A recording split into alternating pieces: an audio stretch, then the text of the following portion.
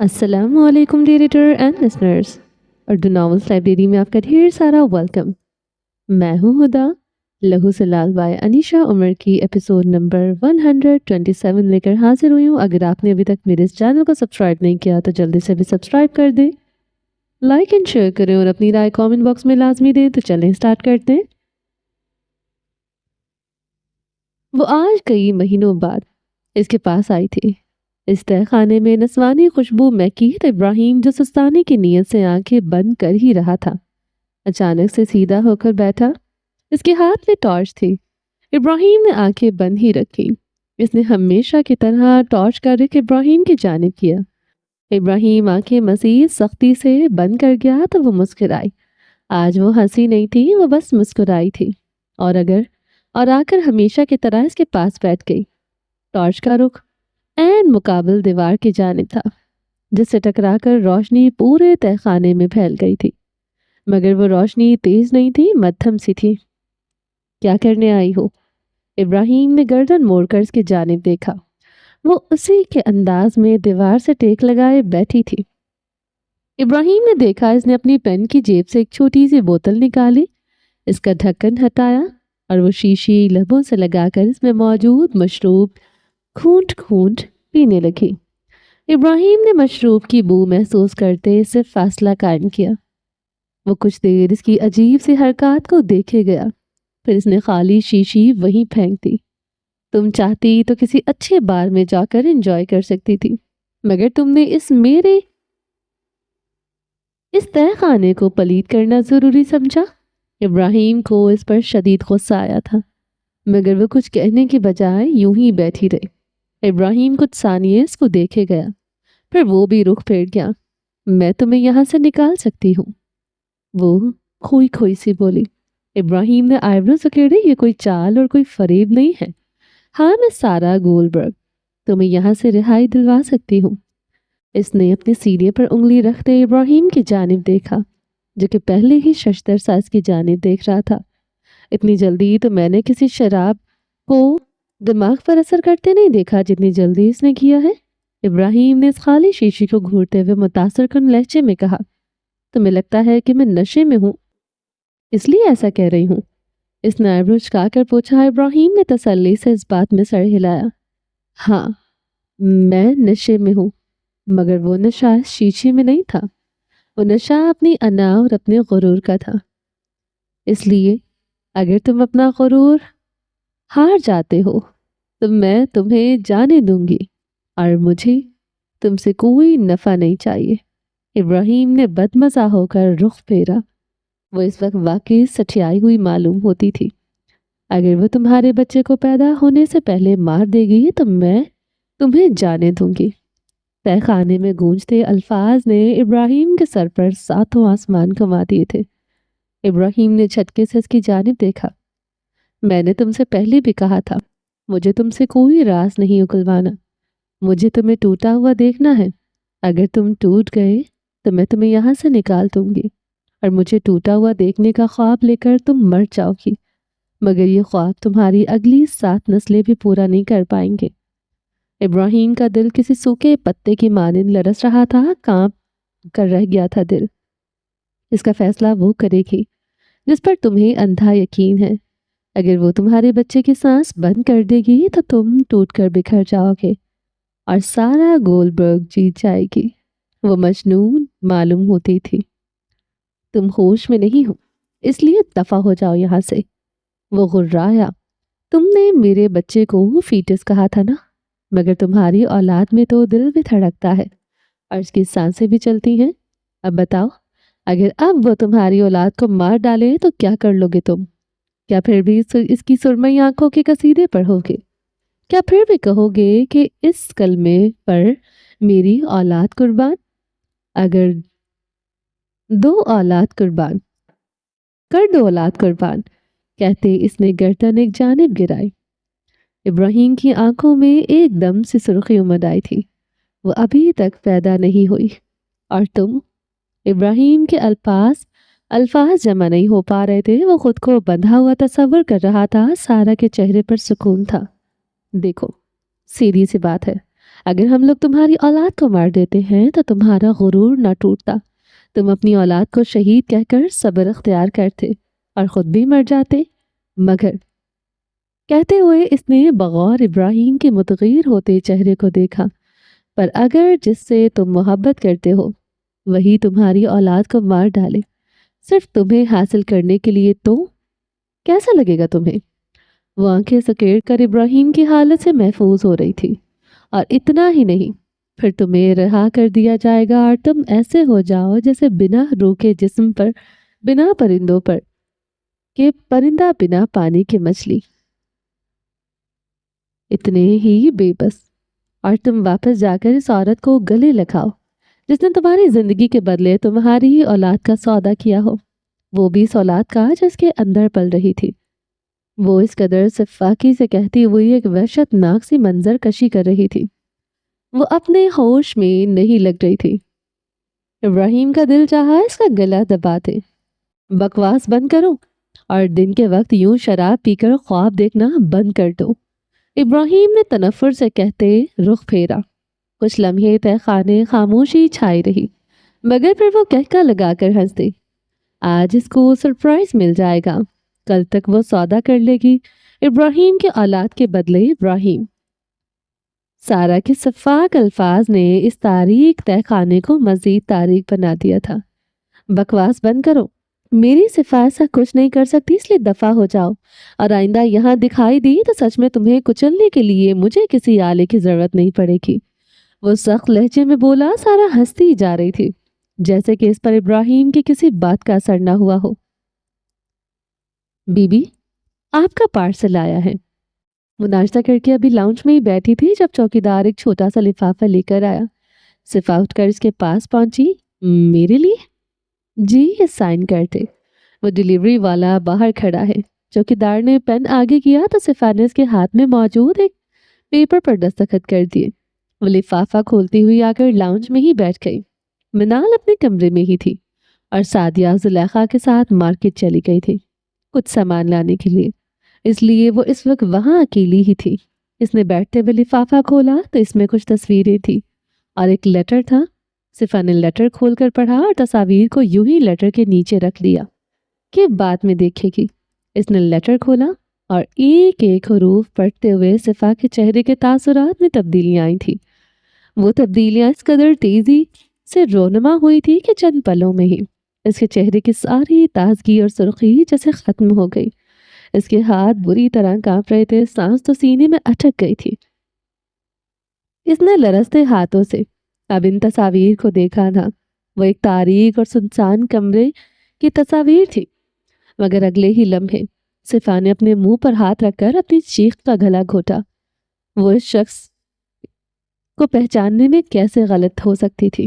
اس نے وہ مختلف تصاویر دیکھی، ان میں ابراہیم ایک دیوار سے ٹیک لگائے ہوئے تھا، آنکھیں بند تھی، سر اور داڑھی کے بال اگلی تصاویر میں پہلے سے زیادہ بڑے ہوئے تھے، اور جسم ہر اگلی تصویر میں پہلے سے زیادہ کمزور اور لاغر ہوتا تھا۔ وہ ٹارچ کی فلیش لائٹ صرف ابراہیم کو تپانے کے لیے اس کے چہرے پر نہیں ماری جاتی تھی، بلکہ وہ فلیش ہر بار اس کا عکس قید کیا کرتا تھا۔ اور اس وقت صفا وہی تصاویر دیکھ رہی تھی۔ صفا کا پورا بدن مفلوج ہو چکا تھا، بالکل جیسے سلیپ پیرالائسس ہوتا ہے، جس میں انسان اپنے ساتھ بہت کچھ ہوتے ہوئے کھلی آنکھوں سے دیکھ رہا ہو، مگر وہ نہ تو ہل جل سکتا ہے اور نہ ہی اس کی آواز نکلتی ہے۔ وہ بھی اس وقت اسی طرح سلیپ پیرالائسس کا شکار ہو چکی تھی۔ زبان تالوں سے چپک گئی تھی اور جبڑے کپ کپا رہے تھے، مگر حلق سے ایک آواز بھی برآمد نہیں ہوئی تھی۔ اس نے پھر وہ لیٹر اٹھایا۔ اگر تم فیصلہ کر لو تو ایک بار ابراہیم سے بات بھی کروائی جا سکتی ہے، مگر تم صرف اس کو اپنے فیصلے سے آگاہ کرو گی، اس کے علاوہ ایک لفظ نہیں۔ تم اس کو دیکھ سکو گی اور وہ تمہیں سن بھی سکے گا۔ اگر تم نے فیصلہ نفی میں لیا تو تم ساری زندگی نہ اس کی صورت دیکھ سکو گی نہ اس کی آواز سن سکتی ہو۔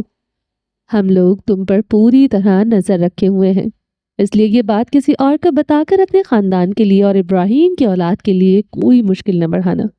اس نے بقیہ حصہ پڑھا۔ وہ لیٹر اتنی عام سے زبان میں لکھا ہوا تھا کہ یہی تاثر جائے کہ بس ابراہیم کو کسی نے اغوا کیا ہوا ہے، مگر کسی نے اس کا تاثر نہ دیا جائے۔ وہ بیٹھی کپ کپا رہی تھی، مگر اس کے حلق سے کوئی آواز نہیں نکل رہی تھی۔ آخر ایسا کون ہو سکتا تھا جسے سوا کے بچے کی جان چاہتا تھا؟ یہ کیسا مطالبہ تھا؟ ایک بار وہ بس فون کرے اور تمہیں کہے کہ وہ تمہارے بچے کی جان لے رہی ہے، بس اس کے بعد آزاد کر دوں گی تمہیں۔ وہ اس وقت اپنے کشادہ لاؤنج میں بیٹھی ایک میگزین دیکھ رہی تھی۔ گارڈ ڈیوٹی پر تعینات تھا۔ آج وہ بہت حشاش بشاش نظر آتی تھی۔ اس کے چہرے پر آج ایک الگ ہی سکون سا تھا، جیسے آج اس کی انا کو تسکین ملنے جا رہی ہو۔ وہ آج الگ ہی سرور میں تھی، کیونکہ وہ جانتی تھی کہ صفا فون ضرور کرے گی اور یہی وہ ابراہیم کو توڑ دے گی۔ ادھر ابراہیم کا غرور خاک ہوگا اور ادھر سارا کی گردن پھر سے اکڑ جائے گی۔ وہ ایک نفسیاتی مریضہ لگ رہی تھی جس کو بس اپنی آبشین پوری کرنی تھی۔ اس کو ابراہیم کو اپنے پیروں میں گرانا تھا، اس کا ایمان، اس کا یقین، اس کا غرور خاک کرنا تھا۔ اسی لیے اس نے ابراہیم کو ابراہیم کے حوالے سے بہت پہلے ہی مایوس کر دیا تھا کہ وہ کچھ نہیں بولے گا، وہ لوگ بھلے اس کو مار دے، مگر ابراہیم نے اس کو مارنے کے بجائے زندہ رکھ کر تڑپانے کا فیصلہ کیا تھا، اور اس کو تڑپانے کی ذمہ داری اس نے اپنی سائیکو بہن کو دے رکھی تھی، کیونکہ آج تک کتنے ہی قیدی ان کے قید خانوں میں اپنے رازوں کے ساتھ ہی مر چکے تھے، اور ابراہیم کا غیر متزلزل ایمان ان کو مایوس کر چکا تھا۔ اللہ نے ان کے دلوں کو مایوس کر دیا تھا، اور یہی مایوسی ابراہیم کے لیے نوعید تھی۔ اللہ جا، اس نے اپنے عقب میں کھڑے سپاہی کو پکارا۔ گوریت۔ وہ فوراً متوجہ ہوا۔ کیا تم جانتے ہو سکون کس چیز میں ہے؟ گوریت بہتر جانتی ہے۔ وہ مؤدب سا تھا۔ اس کے جواب پر سارا کھلکھلا کر ہنسی۔ اس کو الجا کی بے بسی پر اکثر ہنسی آیا کرتی تھی، کسی کا سکون چھین لینے میں۔ وہ تاریکی سے لہجے میں بولی، الجا میں ہمت نہ تھی کہ اس وقت سارا کی جانب دیکھ بھی سکے، اس لیے وہ بس سر جھکا کر اس کی بات سے اتفاق کر گیا۔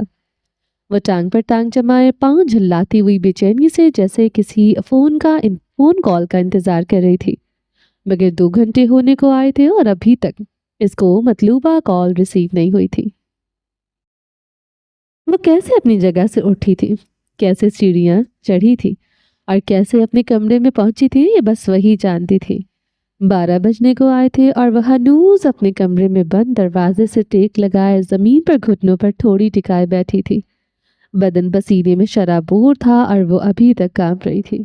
اس کے سامنے اس کا موبائل رکھا ہوا تھا اور اس کے ہاتھوں میں وہ تصاویر پکڑی ہوئی تھی۔ وہ خالی ذہن کے ساتھ بیٹھی سامنے کارپٹ پر پڑے موبائل اور اسی کے ساتھ پڑے کاغذ کے ٹکڑے کو دیکھ رہی تھی جس پر ایک نمبر لکھا ہوا تھا۔ اس نے جھولتے ہوئے ایک بار پھر سے ابراہیم کی تصویر کو سامنے کر کے دیکھا کہ ہو سکتا ہے وہ پہچاننے میں غلطی کر رہی ہو، مگر نہیں، ایسا نہیں ہوا تھا۔ وہ پہچاننے میں غلطی نہیں کر رہی تھی، وہ ابراہیم ہی تھا، اس کا ابراہیم۔ اس کی آنکھیں جمود کا شکار تھی، مگر اس کا پورا وجود کانپ رہا تھا۔ آج زندگی نے اس کو کس مقام پر لا کر کھڑا کر دیا تھا؟ اس نے بے اختیار اپنے پیٹ پر ہاتھ رکھا۔ اس نے تو اس کا نام بھی سوچ لیا تھا۔ جس دن سے اس کو اپنے بچے کے جنس کا پتہ چلا تھا، اسی دن سے وہ اس کو سجل کہتی تھی۔ منال شروع میں پریشان ہوئی تھی کہ اس طرح اپنے بچے کو سجل کا نام دینے سے، مگر سفیان صاحب نے منال کو کچھ بھی کہنے سے روک دیا تھا۔ وہ اس کی کسی بات کی نفی نہیں کرنا چاہتے تھے۔ سجل، اس کی زبان سے بلاخر پہلا الفاظ ادا ہوا۔ تم سن رہی ہو؟ وہ اس وقت کس حالت میں تھی کوئی نہیں جانتا تھا۔ سب کو لگا کہ وہ آرام کر رہی ہے، مگر وہ اپنی زندگی کی سب سے بڑی جنگ لڑ رہی تھی۔ دیکھو، یہ لوگ پھر سے تمہیں مجھ سے چھیننا چاہتے ہیں۔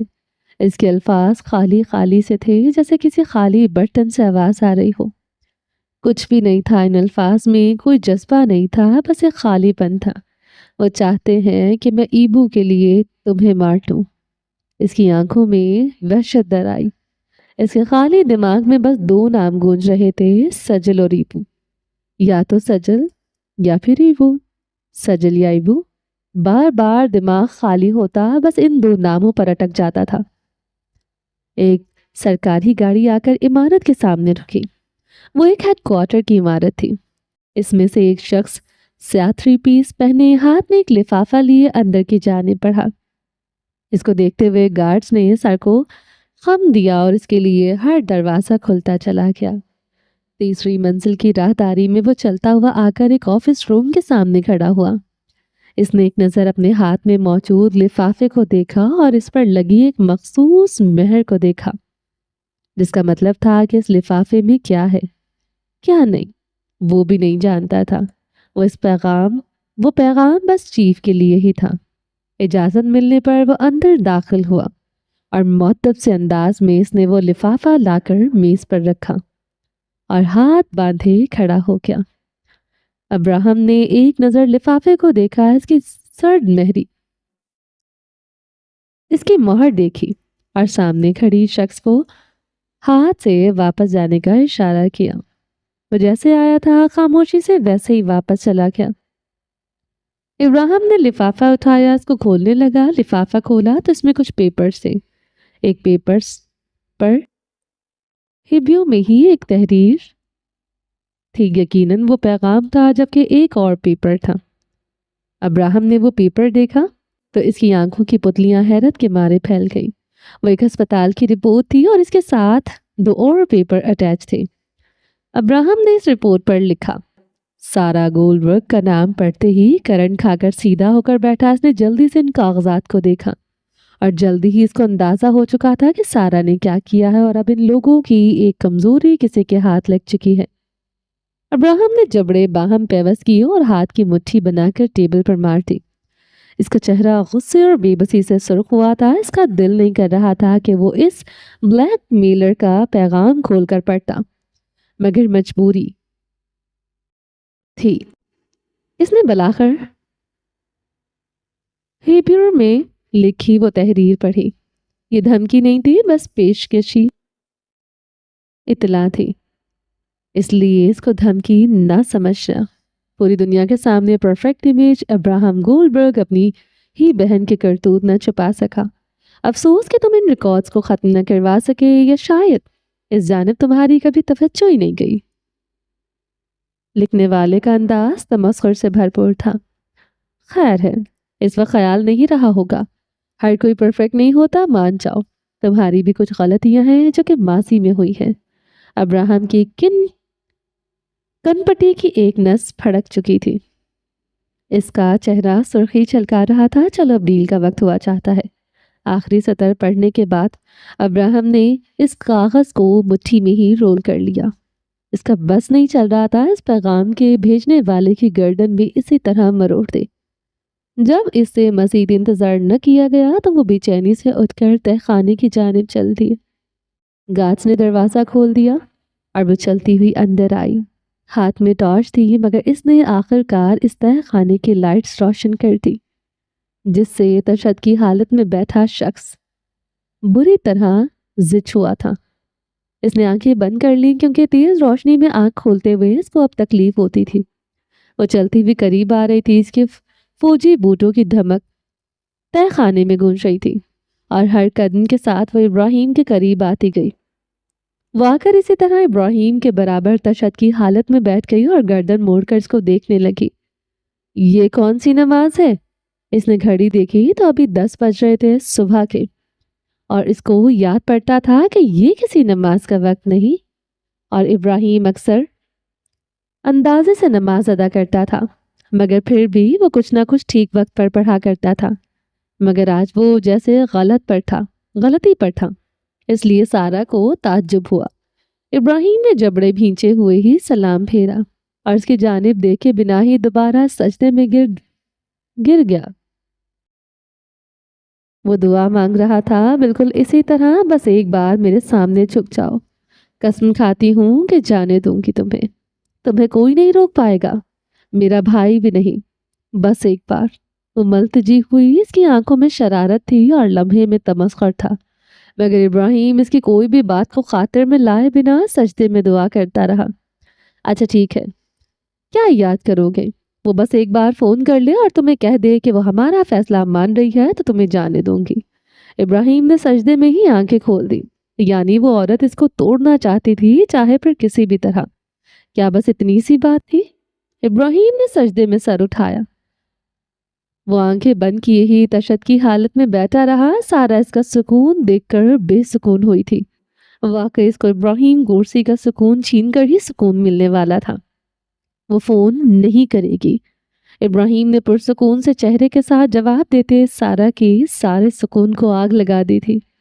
وہ مر جائے گی، شاید وہ سانس نہ لے سکے تمہارے اس پیغام کے باعث، مگر وہ اپنا عہد نہیں توڑے گی۔ وہ تمہیں کیا کسی کو بھی کچھ نہیں کہے گی، وہ کسی سے کوئی مدد نہیں مانگے گی۔ سارا اس کا غرور چھیننے آئی تھی، مگر وہ تو مزید گردن اکڑا گیا تھا۔ کیا واقعی؟ اس نے شوخ لہجے میں استفسار کیا۔ ہاں، صفا مر جائے گی، شاید اس کے ساتھ میری اولاد بھی مر جائے گی، مگر وہ تمہارے سامنے بھیک نہیں مانگے گی، کسی کے سامنے بھی نہیں گڑ گڑائے گی۔ اور جب وہ مر جائے گی نا، تو میں بھی مر جاؤں گا، اور میرا غرور خاک کرنے کا تمہارا خواب محض خواب بن کر رہ جائے گا۔ وہ اتنے سکون سے یہ بات کہہ رہا تھا کہ سارا کو اپنے رونگٹے کھڑے ہوتے ہوئے محسوس ہو رہے تھے۔ اس کو آج تک کسی نے خوف محسوس نہیں ہوا تھا، مگر آج اس شخص سے اس کو خوف آیا تھا، اس کے ایمان سے خوف آیا تھا۔ وہ ایسا کیسے کر سکتا تھا؟ وہ سارا گولڈبرگ کو اتنی آسانی سے کیسے شکست دے سکتا تھا؟ تمہیں پتا ہے، ہم آخری رسول صلی اللہ علیہ وآلہ وسلم پر ایمان رکھتے ہیں، جن پر نبوت تمام ہوئی، مگر ان سے پہلے آنے والے تمام رسولوں اور انبیاء کرام پر بھی ہمارا پختہ ایمان ہے۔ ہم جانتے ہیں کہ کیسے بنی اسرائیل نے اپنے انبیاء کو ایذا دی، کیسے انہوں نے اپنی طرف بھیجے گئے نبیوں کو قتل کیا اور ان کو تکالیف دی۔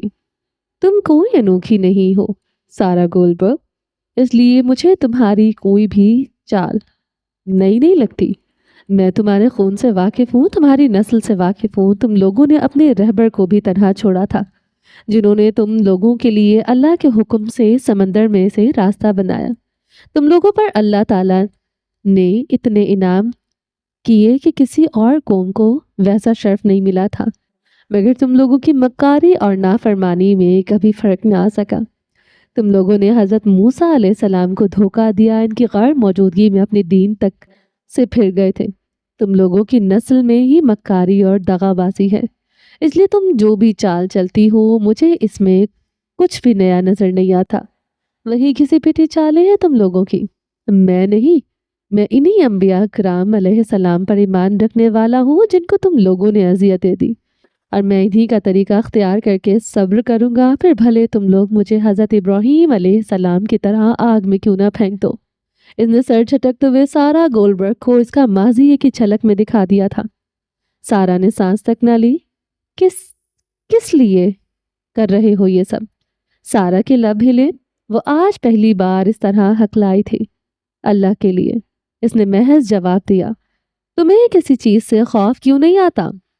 سارا آج واقعی جاننا چاہتی تھی، کیونکہ جو اللہ کے خوف سے بھرے ہوئے ان کے دلوں پر کسی اور کا خوف غالب نہیں آ سکتا۔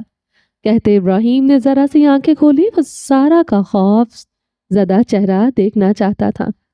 اور میرا رب ہے جو ہمارے دشمنوں کے دلوں پر ہماری ہیبت طاری کر دیتا ہے، اور پھر 313 بھی ہزاروں کے لشکر پر غالب آتے ہیں۔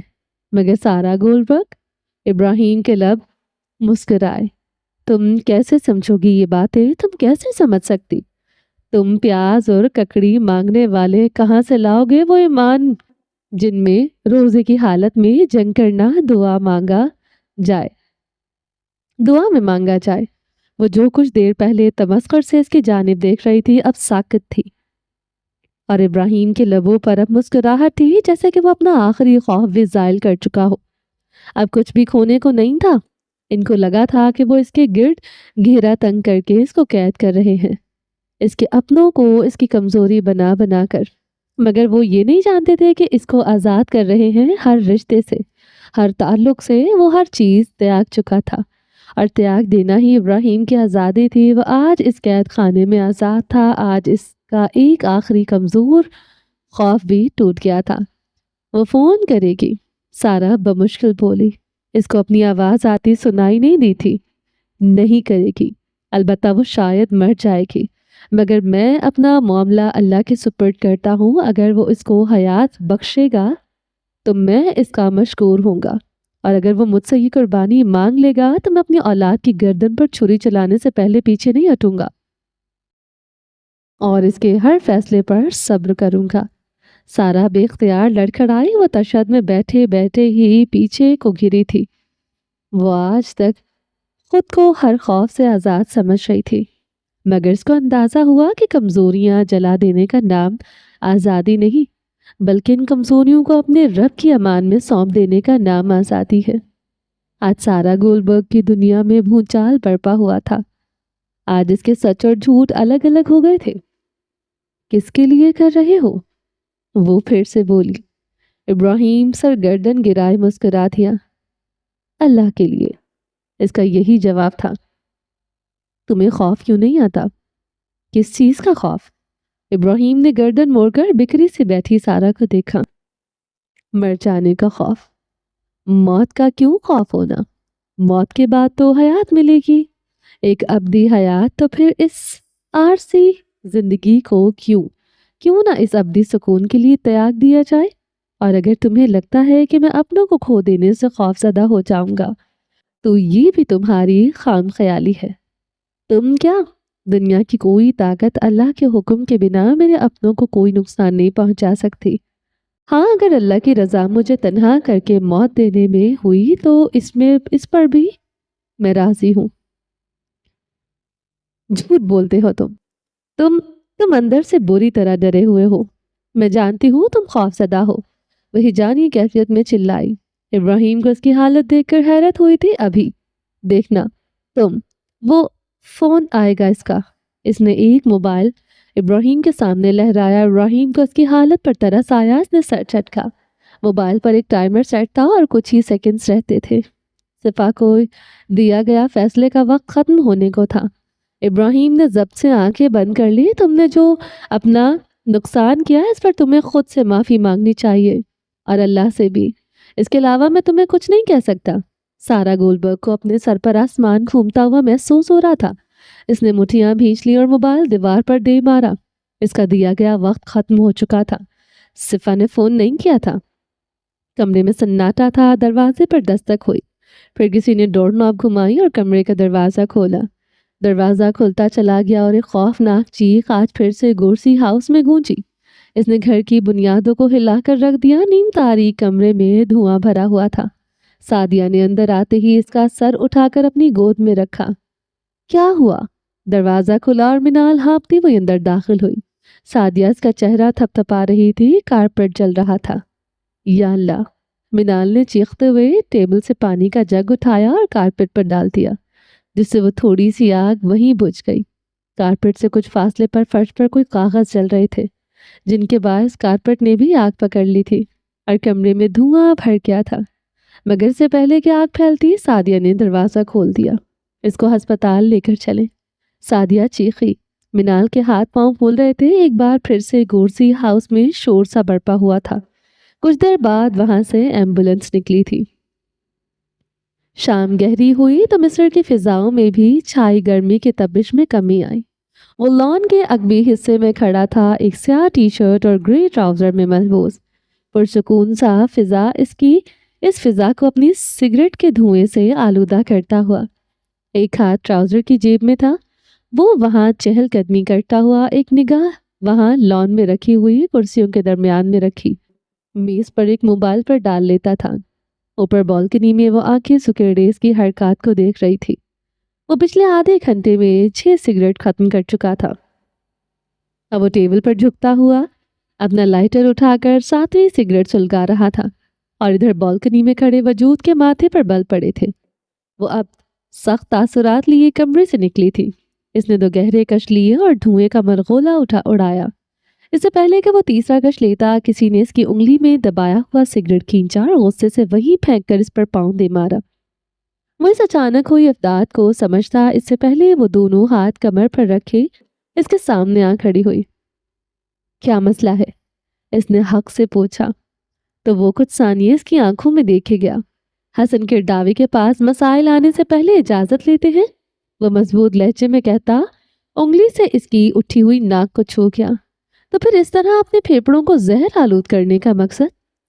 دل کو نہیں کر سکتا، اس لیے پھیپڑوں کو کر رہا تھا۔ وہ پرسکون لہجے میں جواب دے رہا تھا۔ اینس کی آنکھوں کے اندھیرے کو دیکھے گئی۔ کچھ ہوا ہے کیا؟ وہ اب فکر مندی سے اس کے بازو پر ہاتھ رکھ کر پوچھنے لگی۔ ہو جائے گا۔ کیا ہو جائے گا؟ وہ الجھی۔ اپنی آخری چال چلنے کے بعد انسان پھر یوں ہی پرسکون سا کچھ ہو جانے کا انتظار کیا کرتا ہے، اس لیے میں نے بھی انتظار میں ہوں۔ مجھے تمہاری کوئی بات سمجھ نہیں آ رہی، مگر اس وقت تم مزید اسموکنگ نہیں کرو گے۔ اینا نے انگلی کھڑی کر کے وارن کیا۔ وہ اس کی جانب دیکھے گیا، پھر اس نے اینا کا ہاتھ تھاما اور اس کو لیے یوں ہی چہل قدمی کرنے لگا۔ وہ الجھی سے اس کے ساتھ چلتی رہی۔ وہ خاموش تھا، یا شاید اندر سے اٹھتے شور کی وجہ سے پریشان تھا۔ تم ٹھیک ہو نا؟ اینا نے چلتے چلتے گردن اٹھا کر دیکھا۔ ہاں، وہ یک لفظی جواب دیتا چلتا رہا۔ اینا غائب دماغی سے اس کا نیم رخ دیکھتی اس کا ہاتھ تھامے اس کے ساتھ چلتی رہی۔ یعنی اب اس کی سگریٹ کا متبادل اینا تھی۔ وہ اب اس کا ہاتھ تھامے چہل قدمی کر رہا تھا، کیونکہ اس ہاتھ کو تھام کر دل میں اٹھتے شور اور دماغ میں الجھتی سوچوں میں کچھ حد تک کمی ہوئی تھی۔ وہ شاید کسی چیز کا منتظر تھا، مگر یہ انتظار اس کے لیے مشکل ہو رہا تھا۔ اینا ہر چیز سے بے خبر تھی، مگر وہ ہر چیز سے باخبر تھا۔ جن دو لوگوں نے اس نے اپنے ماں باپ کے بعد محبت کی تھی، آج وہ دونوں وقت کی منجھدار پر پھنسے ہوئے تھے۔ حسن نے حریہ کو گوا دیا تھا۔ اب مزید خسارے جھیلنے کی ہمت نہ تھی۔ اس کا پورا وجود اندر سے کرچی کرچی تھا، مگر پھر بھی باہم جڑا ہوا تھا۔ مگر بس ایک جھٹکا، ایک طوفان، ایک بھونچال اس کی شخصیت کو آج ریزہ ریزہ کرنے کی طاقت رکھتا تھا۔ آج وہ کمزور ترین حالت میں تھا۔ صبح کے 4 بج رہے تھے جب سینائی کی خاموش ریت میں ہلچل محسوس ہوئی۔ ایک گونج جیسے گاڑیوں کا کوئی قافلہ اپنی منزل کی جانب رواں دواں ہوا، اور اس ٹھنڈی ریت کے ٹیلوں میں چھائے سکوت کو توڑتی ہوئی ان گاڑیوں کی گونج آخرکار تھم گئی۔ آسمان زمین کو دیکھ رہا تھا۔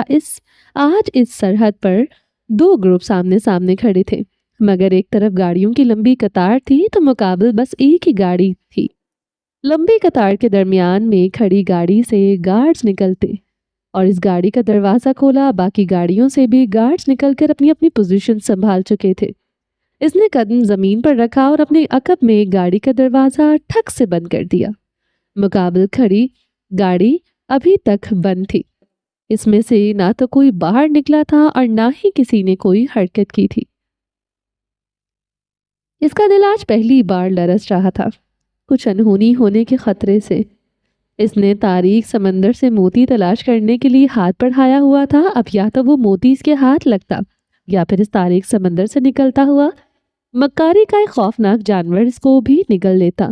مگر اس نے ہاتھ پیچھے نہیں کھینچا تھا۔ خود پر بھروسہ تھا، یا موتی پر وہ اس کی ہتھیلی تک ضرور پہنچے گا۔ آئی سی یو کے باہر بیٹھی ختیجہ اور منال اس وقت نڈھال تھی۔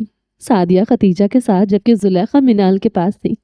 وہ دونوں مائیں تھیں جو اس وقت اپنی بیٹی کے لیے دعا گو تھی، اور جس کے لیے وہ لوگ نڈھال ہوئی پڑی تھی وہ ہوش کی دنیا سے بیگانہ اس بستر پر پڑی تھی۔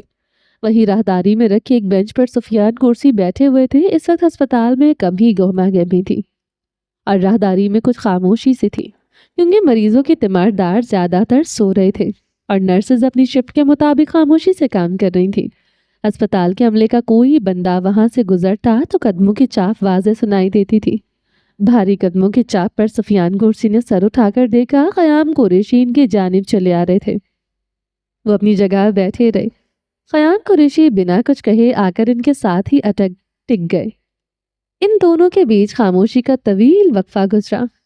وہ ٹھیک ہو جائے گی، سفیان نے خود کو کہتے سنا۔ اگر ڈاکٹرز نے بچے کا ماں سے کسی ایک کو بچانے کا کہا تو؟ قیام قریشی سر تاثرات لیے پوچھنے لگے تو سفیان نے بے اختیار گردن موڑ کر دیکھا۔ مجھے خودغرض سمجھو یا جو مرضی، مگر میں اپنی بیٹی کو قربان نہیں کروں گا۔ ابراہیم کی اولاد کے لیے تو ہرگز نہیں۔ ان کا لہجہ سرد تھا، اتنا سرد کہ ان کی باتوں نے سفیان کے خون تک کو جما دیا۔ فکر نہ کریں، ہمیں صفا کی زندگی ہر چیز سے زیادہ عزیز ہے، سفیان کرسی نے ضبط سے جواب دیا۔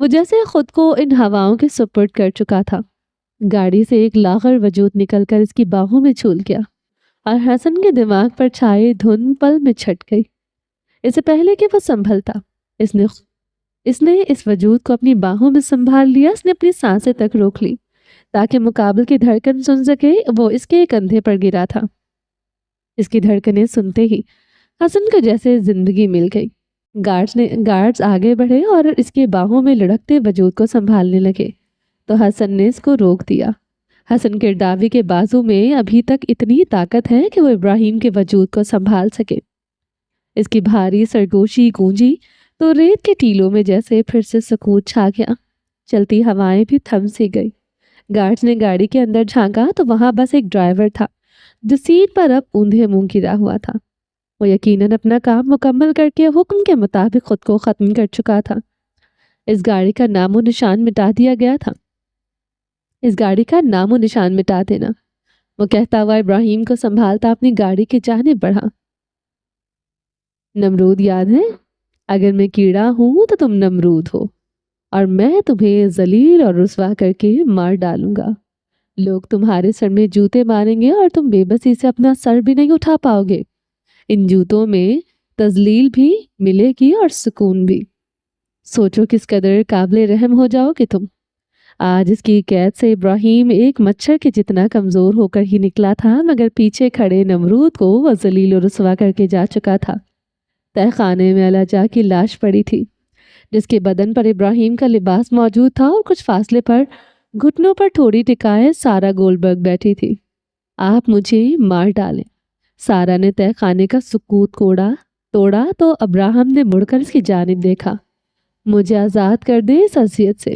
میں نے اپنے بچے کو مار ڈالا، مگر پھر بھی مجھے میری کمزوریوں سے آزادی نہ مل سکی۔ اب مجھے آزادی چاہیے۔ وہ خالی لہجے میں بول رہی تھی، اس کے چہرے پر تھپڑ کا نشان موجود تھا۔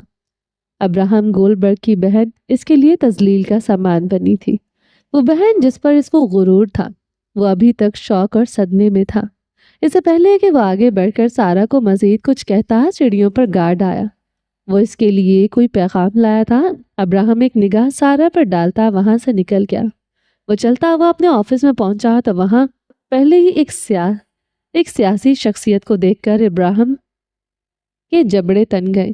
وہ بمشکل مسکرا کر اس سے ملا، مگر اس شخص نے کچھ کہنے کے بجائے جیب سے ایک لفافہ نکال کر ابراہیم کی جانب بڑھایا۔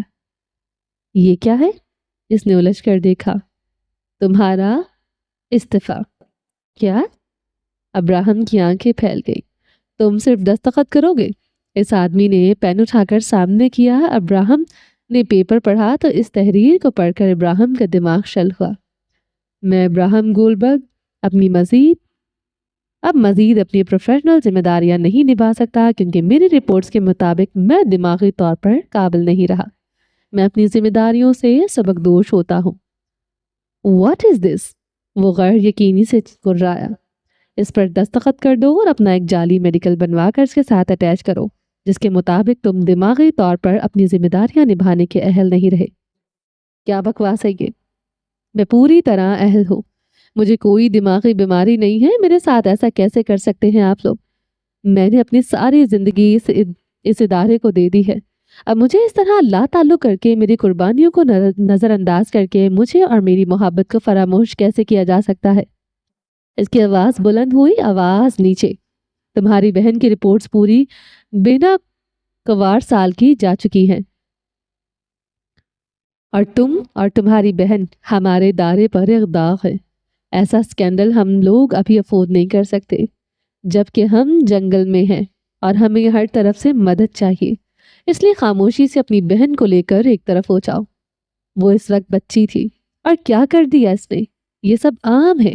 کیا تم لوگوں کے افیئرز نہیں تھے؟ وہ غرایا۔ ایک چیف کی بہن کا ایک عام سپاہی کے ساتھ تعلق، اور پھر اپنے ہی بچے کو ختم کر دینا، یہ چیز فی الحال ہمارے ایوان نہیں جھیل سکتے۔ ہم پر دباؤ ہے۔